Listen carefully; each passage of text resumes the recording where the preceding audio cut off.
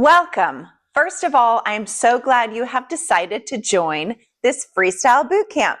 My name is Sandra Beaulieu, and my goal is to inspire you to start working on your freestyle so that you can make your creative dreams come true. The Bootcamp includes 4 days of basic information that you need to know as you begin the freestyle process. Today's topic is all about getting started and how to find your horse's beats per minute. For those of you who don't know me, I am a freestyle designer and author of the book Freestyle, the ultimate guide to riding, training, and competing to music. I'm really passionate about sharing DIY resources for riders like you that want to create a freestyle for yourselves. Okay, let's get started. First, I highly recommend that you print a copy of your freestyle test sheet so that you can look at it closely and become familiar with the requirements and rules.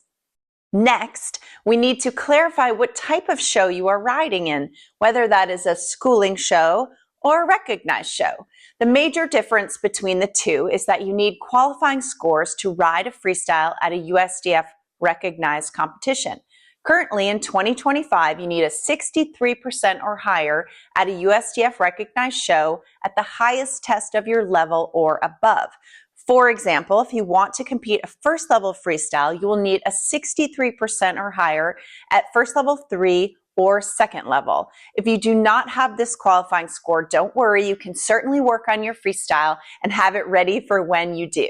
If you just want to compete at a schooling show, you do not need to worry about qualifying scores, and I encourage all riders to use a schooling show as a way to practice and test out your new freestyle before you go to a recognized show. So we're going to do a quick freestyle test review so that you know how to navigate and read your test sheet. You'll find the time limit at the top of your freestyle sheet. This is standard on all types. The FEI tests also give you a minimum time requirement as well. Each freestyle test will have a section for your technical scores on the left-hand side of your test sheet. The technical scores include your required movements and is judged like a regular dressage test. They are looking for impulsion, submission, accuracy, etc. for each movement separately from the music and choreography. Under the technical section, you will see all of the required movements. The USDF and FEI tests will also include left and right for movements that need to be shown in each direction, as shown here with shoulder in for second level and half pass for the Grand Prix. You will see the minimum required distances and number of changes and steps for certain movements. For example, you may notice that the shoulder in says a 12-meter minimum and the P-off is a minimum of 10 steps straight. It is also important to note when your test says straight or on a straight line. In the past, it was allowed to ride a medium trot on a curved line, but now they require it to be ridden on a straight line. So that means you can add a medium trot on a curved line, but it will only count towards your artistic marks. Notice movements that have a double coefficient, as those will be counted twice. Keep this in mind when you are working on your choreography. Help your horse perform these movements, and all of them for that matter, to the best of their ability. If the simple change at second level is a weak point for your horse, set them up with the simplest line that you can possible so that your technical marks can be higher. And then make up your artistic marks on movements that your horse performs better. It is a common mistake that riders will make their floor plan too complicated and score low on the technical side of their score sheet. A simple floor plan that highlights your horse to the best of their ability is always better than something too complicated. You can find the allowed and forbidden movements at the bottom of the first page on your USDF tests. Sometimes it can be confusing on the test when they say, any movement or transition found only in the test above the level is forbidden. I get a lot of questions on specific movements, so don't hesitate to ask if you aren't sure. The FEI tests do not include an allowed or forbidden section, but you can refer to the FEI Freestyle Creator Manual for more specifics on choreography if you're riding in a CDI. Those tests are a little more cut and dry on what is expected for movements. The artistic scores are located on the bottom or right-hand side of your freestyle test sheet. The judge will decide these marks after your ride is completed. USDF dressage gives marks for rhythm, energy and elasticity, harmony, choreography, degree of difficulty, music, and interpretation. Your artistic scores are also multiplied by coefficients that can differ slightly between USDF, FEI, and Western dressage.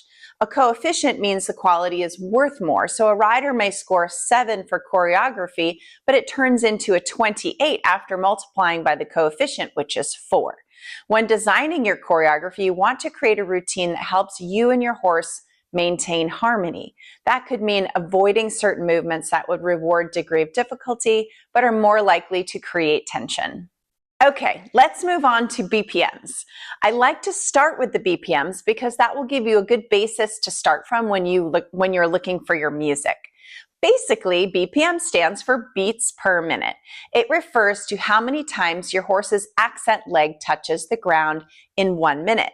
When I say accent leg, that just refers to the leg you want to match to the beat of the music. In general, you will try to match the inside front leg or both front legs at the walk and trot. At the canter, you want to accent the leading foreleg when it hits the ground. Here are some general BPM ranges to get you started so that you kind of get a sense of where you are at. Now, you can either look for the BPM with accenting one front leg, which is the first number I will tell you, or you can accent with both front legs, which will be the higher BPM. And basically, it's the first one multiplied by 2. So it's more of a preference how you like to search for the BPMs. So like, for example, the walk is a 45 to a 55. Generally. Of course, your horse could be higher or lower, but that's kind of the general range where most horses will be. And that is accenting one front leg. So if you're searching for the music, you can also use 90 to 110, that range, to accent both front legs. And you'll learn more about this as we go on. At the trot, it's a 70 to an 85 or 140 to 170. Canter, you're just going to accent the leading front leg, so it's a 92 to around 105. Piaffe Passage is a 50 to 65, or if you multiply it by 2, it's 100 to 130. So that kind of gives you a general range of, in your mind, what you want to think about as you're going along. Typically, a horse's canter is double the walk BPM, but sometimes not exactly. But that's kind of in your mind. Think that what your horse's walk will be. Say your horse's walk is like a 50. Generally, your canter will be around 100, give or take a beat. But sometimes as your horse goes up the level, your BPM can change slightly as they get a little bit more collected and add more suspension to their stride. So this can change over time. Sometimes when you are searching for music, you will have better luck using the higher numbers. So don't get nervous if you are looking for an 80 BPM, but the songs sound really slow. Just try again searching for 160 BPM and you might have better luck. But vice versa, sometimes the higher number songs will sound really fast and chaotic, so you can check for the lower number. There will also be some variations within your horse's gait, especially as you move towards the higher number. A horse's trot half pass will be slightly different than the extended trot, and the same for like the canter half pass versus a pirouette. There are 3 different methods that you can use to help you figure out your horse's beats per minute. You can use all of them live in person or from a video. For all the methods, make sure that your horse is really warmed up first and make sure to do your best to stay in a steady tempo.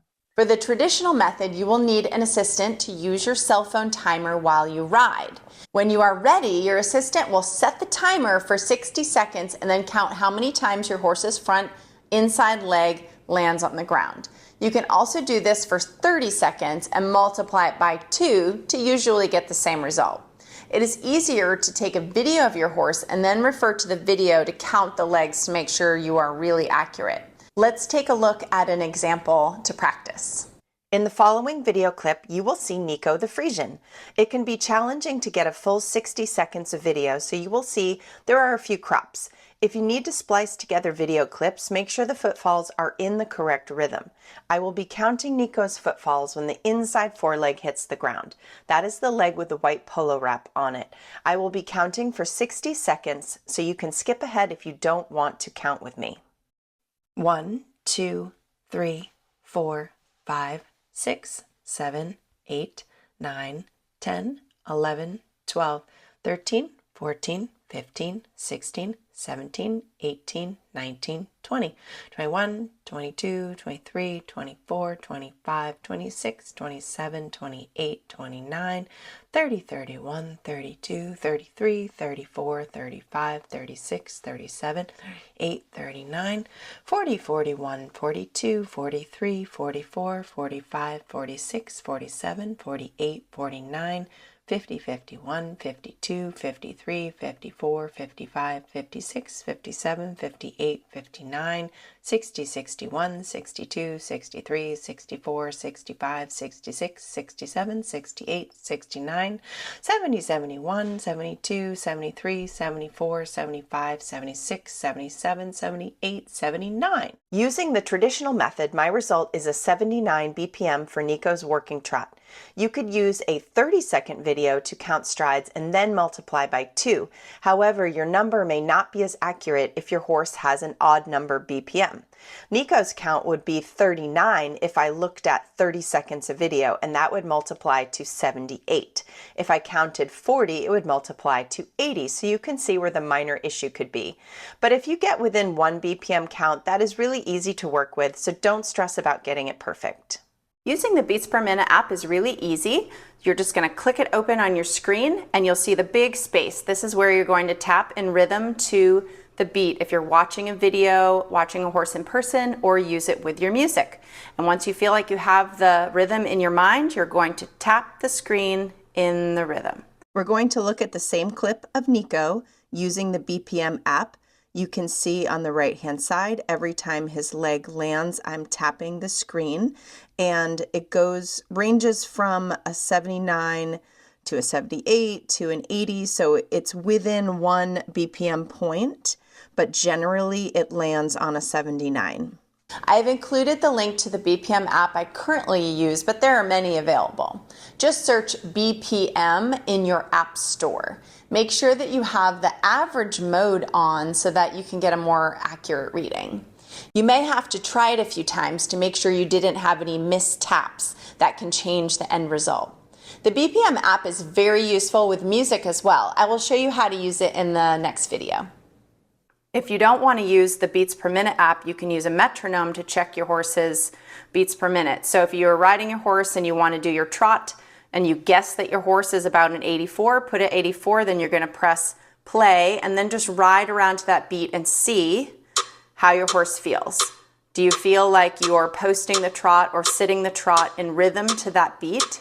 Now that's just looking at the one front leg. Now if my horse was an 84, then you also remember it's double if you're trying to catch both front legs. We're going to start with the BPM at a 76, and you will notice that the beat is kind of off. It's too slow. So now we're speeding it up to an 81, and you'll see how this is just a touch too fast. Going to 79, it's just right.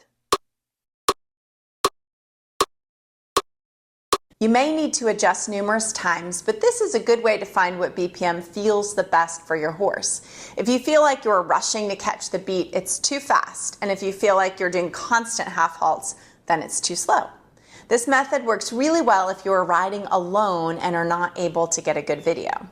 It is also a good training tool to practice staying in a steady rhythm with your horse. When you are creating your freestyle, you will use the BPMs as a guideline to help you match music to your horse's stride. But don't let this block your creativity, as there can be music that works really well and doesn't necessarily have a distinct beat at all. In the next bootcamp video, we will be talking about how to find freestyle music for your horse. You can post questions in the comment section below and find information about how to access my freestyle freebies. In the freebies, I have included a BPM range chart that you can reference and a list of the smartphone apps I currently use for the BPM and Metronome with links to download. Please share a little bit about you and your horse in the comments and like what level you plan to show and any freestyle experience you may have already.